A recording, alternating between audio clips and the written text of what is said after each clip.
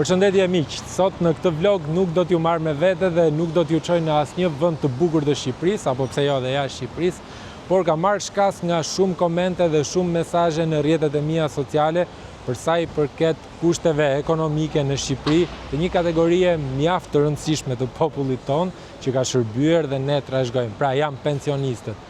Shpesh herë kam parë nga ato komentet që po një pensionist me këto çmime si ja del, po një pensionist a mund të shkojë të bëj pushime në jug apo në Durrës apo në veri të Shqipërisë e tjera me radhë.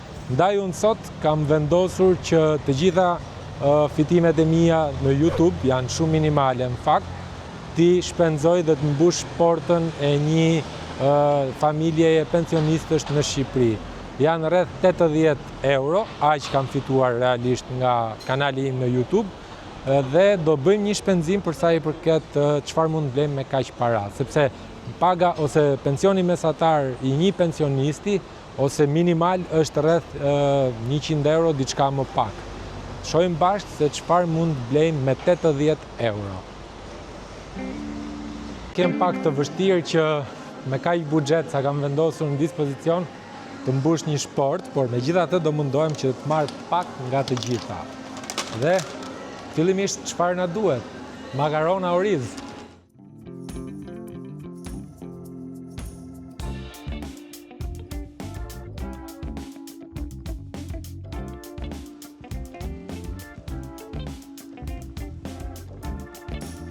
Ja ku jemi tek makaronat. 2 pako për një javë, besoj se janë mjaftueshëm.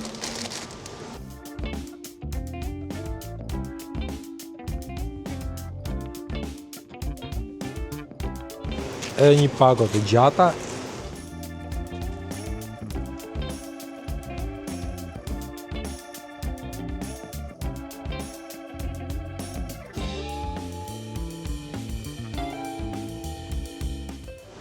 Një litër vaj.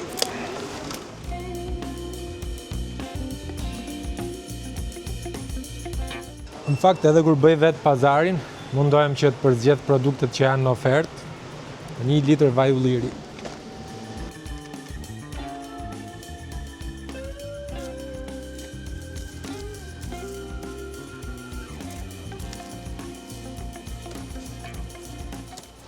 Oriz. Deri tani kemi shpenzuar rreth 2200 lek dhe do marrim dhe 2 kg fasule ose grosh.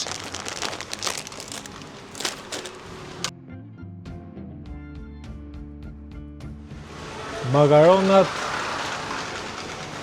vetëm me gjalp edhe me vaj sigur nuk shkojnë, kështu që marrim dhe një shishe salcë.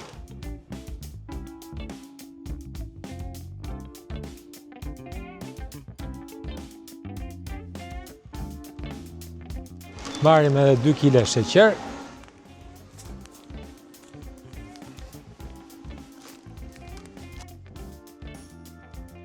Si thoni, marrim 4 pako me miell.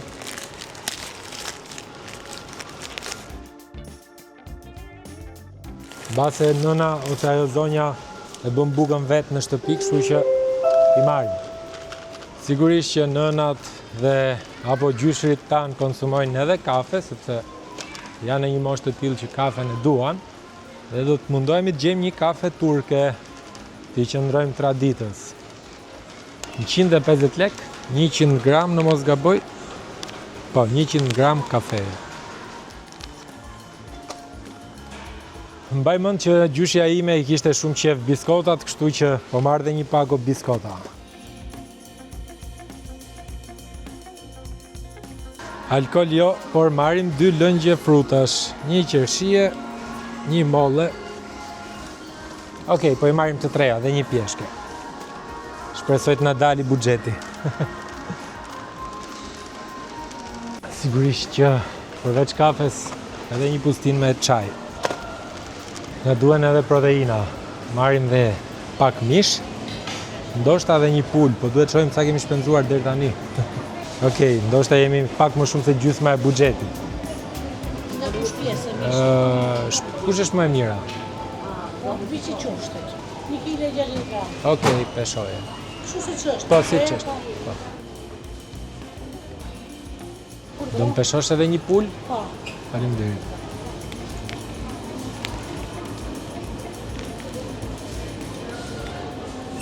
$1.900 1 kilogram mish.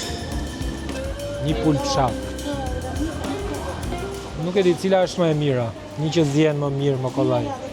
Okej, atë më pesho. Pun të mbarë. 811 lek një pul fshati.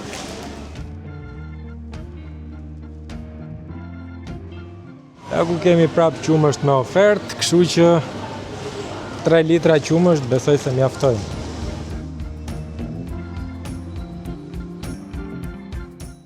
Na duhem vezë. Ja dhe vezët i gjetëm, 10 kokra vezë, 270 lek.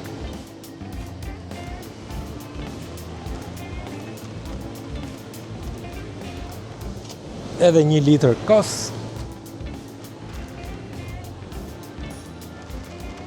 Është nga krau tjetër djathi, po duhet marrim gjalp.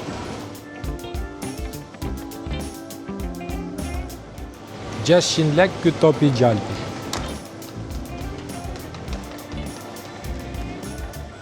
Si e? Mund më bësh 1 kile djath? Pa. 1 kile 200 gram, 1.050 lek, 10.000 lek pra, 10 ose 10 euro. Besoj se kemi mbushur buxhetin, nuk kemi më para për të shtuar apo për të blerë diçka tjetër.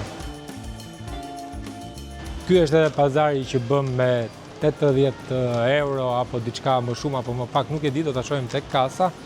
Dhe ky mund të jetë edhe pensioni i muajit të një pensionisti që ka punuar ndoshta një jetë të tërë dhe merr pensionin minimal nga 80 apo 90 apo 100 euro në muaj.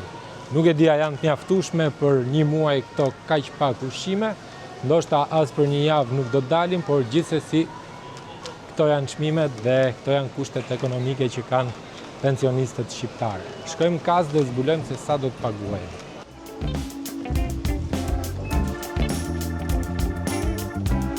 Si e? Më kalo dhe 4 qese ndoshta?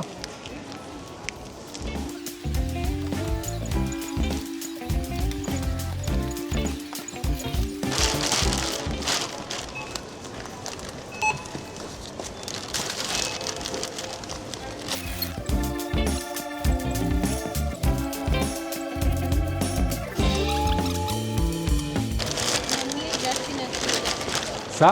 9.635. 9.635.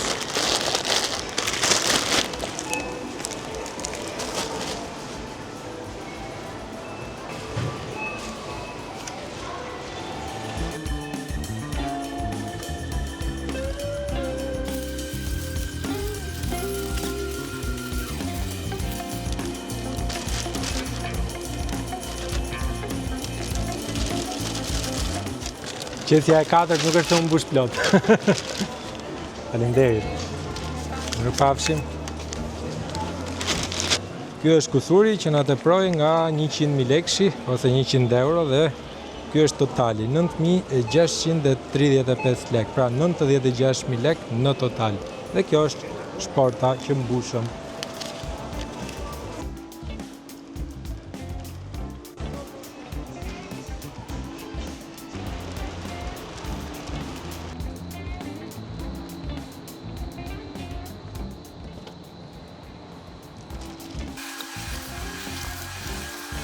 Qëndroni në këtë video, pasi tani do të shkojmë në një familje shqiptare. Janë një çift pensionistësh të cilët kanë edhe një djali të cilëve ka pasur një aksident rreth 30 vite më përpara. Ai është i aftë, flet, punon, por është në kërkim edhe të një pune. Shkojmë atje për t'i vizituar dhe për t'i ofruar shportën që ne blem nëse do të na i pranojnë apo jo.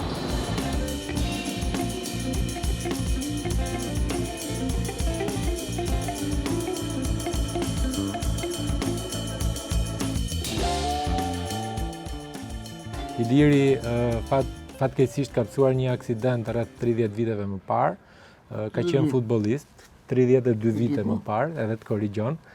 Ka qenë futbollist me Partizanin. Sot gëzon shëndet të mirë, por gjithmonë është në kërkim të një pune për shkak se asistenca që merr nuk është e mjaftueshme. Por në fakt unë Ilirin do ta pyes pak më vonë, sot dua të pyes prindrit e Ilirit, të cilët kujdesen çdo ditë për të, sepse realisht ka nevojë për një kujdes më të nevojshëm, më të shtuar.